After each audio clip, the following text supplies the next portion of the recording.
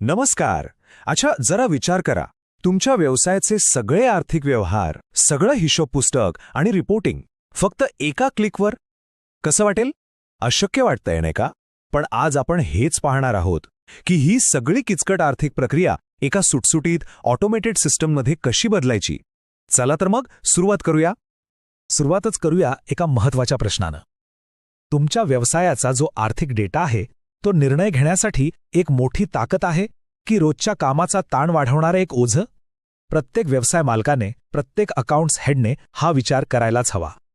कारण बऱ्याचदा खरं चित्र काय असतं, रोजची धावपळ, मॅन्युअल डेटा एंट्री करताना होणाऱ्या चुका, वेगवेगळी सॉफ्टवेअर्स जी एकमेकांशी बोलत नाहीत आणि यामुळे वेळेवर माहितीच मिळत नाही. याचा परिणाम महत्त्वाचे निर्णय घ्यायला उशीर होतो आणि नकळत व्यवसायाचा वेग कमी होतो. पण थांबा, या गोंधळावर एक जबरदस्त उपाय आहे. आता आपण या जुन्या पद्धतींना बाजूला सारून फायनान्स मॅनेजमेंटच्या एका नवीन पद्धतीबद्दल बोलूया.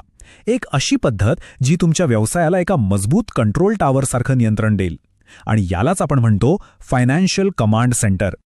आणि हेच या संपूर्ण बदलाचं मूळ आहे.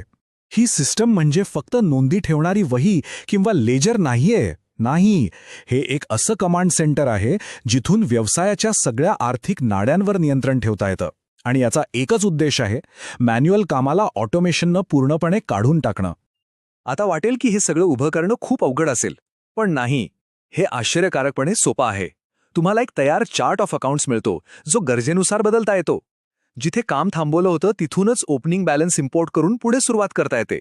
आणि सगळ्यात भारी गोष्ट म्हणजे हजारो बँकांची थेट कनेक्शन, म्हणजे रोजचे व्यवहार आपोआप सिस्टममध्ये येतात. मॅन्युअल डेटा एंट्रीला कायमचा रामराम. बरं, पाया तर तयार झाला. आता या कमांड सेंटरची खरी ताकद पाहूया. विक्री आणि खरेदी म्हणजे व्यवसायाच्या दोन मुख्य प्रक्रिया, या कशा ऑटोमेट होतात ते बघू. यामुळे काय होतं, सेल्स, स्टोअर्स आणि अकाउंट्स टीममधला समन्वय वाढतो आणि प्रत्येकाचं काम सोपं होऊन जातं. विक्री प्रक्रियेचा वेग बघा. सेल्स टीमने कोटेशन तयार केलं की एका क्लिकवर ते सेल्स ऑर्डरमध्ये बदलतं. स्टोअरमधून माल डिस्पॅच झाला की अकाउंट्स टीम त्याच ऑर्डरचं इनव्हॉइस बनवते आणि पेमेंट आल्यावर त्याची नोंद होते. प्रत्येक टप्प्यावर माहिती आपोआप पुढे सरकते. म्हणजे कम्युनिकेशन गॅप नाही, चुका नाहीत, काही नाही, सगळं एकदम सुरळीत. आणि जर व्यवसाय सबस्क्रिप्शन मॉडेलवर चालत असेल तर हे फीचर म्हणजे एक वरदानच आहे. रिकरिंग इनव्हॉइसेस एकदा सेट करा आणि विसरून जा.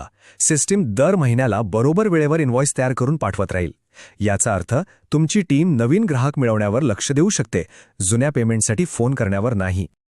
आणि बँक रिकन्सिलेशन, अरे देवा, जुनी पद्धत आठवली तरी डोका दुखतं. स्टेटमेंट डाउनलोड करा, एक एक एंट्री तपासा, किती वेळ आणि मनस्ताप. आता नव्या पद्धतीत सिस्टम स्वतः बँक नोंदी आणि तुमच्या व्यवहारांची सांगड घालते. आर्टिफिशियल इंटेलिजन्स वापरून बेस्ट मॅच सुचवते. जे काम पूर्वी तासनतास चालत असे ते आता काही मिनिटात 100% अचूकतेने होतं. आता या सगळ्याचा परिणाम काय होतो? आकडा ऐकून खरंच आश्चर्य वाटेल. ऑटोमेटेड रूल्स वापरून बुककीपिंगवर खर्च होणारा वेळ तब्बल 80% कमी होऊ शकतो. हो, 80%. विचार करा, या वाचलेल्या वेळेत तुमची फायनान्स टीम किती महत्त्वाचं विश्लेषण करू शकते. ऑटोमेशन इथेच थांबत नाही. कर्मचाऱ्यांच्या खर्चाचं व्यवस्थापनही अगदी सोपं होतं. फक्त मोबाईलने पावतीचा फोटो काढायचा, OCR टेक्नॉलॉजी आपोआप सगळी माहिती म्हणजे रक्कम, तारीख, नाव सगळं उचलते आणि खर्चाची नोंद करते. यामुळे कर्मचाऱ्यांना पैसे लवकर परत मिळतात आणि मॅनेजमेंटला खर्चावर रिअल टाईम कंट्रोल मिळतो.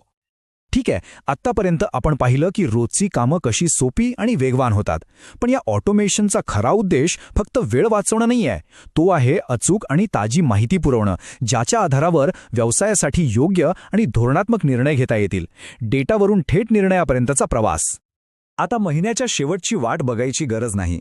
आपला कोणता प्रोजेक्ट जास्त फायद्यात आहे, प्रॉफिट अँड लॉस रिपोर्ट एका क्लिकवर सांगतो. कंपनीची आर्थिक स्थिती नक्की कशी आहे, बॅलन्स शीट क्षणात सगळं चित्र स्पष्ट करते. आणि पैसा नेमका येतोय कुठून आणि जातोय कुठे, कॅश फ्लो स्टेटमेंटमधून प्रत्येक रुपयाचा हिशोब मिळतो. टॅक्सचं पालन करणं ही एक डोकेदुखी असू शकते, पण इथे नाही.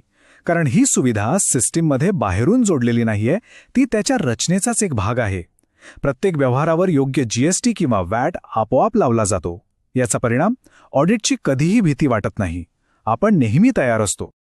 चला आता शेवटच्या आणि अत्यंत महत्त्वाच्या भागाकडे वळूया. ही सिस्टम फक्त माहिती नाही देत, तर ती संपूर्ण नियंत्रण, आत्मविश्वास आणि कामामध्ये एक प्रकारची स्पष्टता कशी आणते ते पाहूया.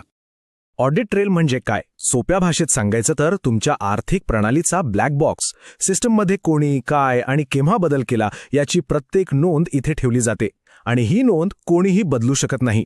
यामुळे पारदर्शकता वाढते, गैरप्रकारांना आळा बसतो आणि डेटाची विश्वासार्हता 100% टिकून राहते. समजा एका महिन्याचे किंवा वर्षाचे हिशोब पूर्ण झाले की तुम्ही तो कालावधी लॉक करू शकता. याचा फायदा असा की जुन्या नोंदींमध्ये कोणीही चुकूनही बदल करू शकत नाही. यामुळे तुमचे फायनान्शियल रिपोर्ट्स नेहमी अचूक आणि विश्वसनीय राहतात. तर मग ही प्रणाली व्यवसायासाठी एक गेम चेंजर का आहे? कारण हे 3 खांब आहेत. 1. ऑडिट ट्रेलमुळे मिळणारी संपूर्ण सुरक्षा. 2. CRM आणि इन्व्हेंटरी सारख्या इतर विभागांशी सहज जोडणी झाल्यामुळे मिळणारी कार्यक्षमता. आणि 3. मोबाईल ॲपमुळे कुठूनही कधीही काम करण्याचं स्वातंत्र्य. आणि शेवटी पुन्हा तोच प्रश्न, पण एका नवीन दृष्टिकोनातून. आपली फायनान्स टीम फक्त हिशोब सांभाळणारी असावी की व्यवसायाच्या वाढीसाठी धोरणात्मक मार्गदर्शन करणारी एक मोठी ताकद? निवड आपली आहे, कारण योग्य साधनांच्या मदतीने हा बदल घडवणं आता पूर्णपणे शक्य आहे.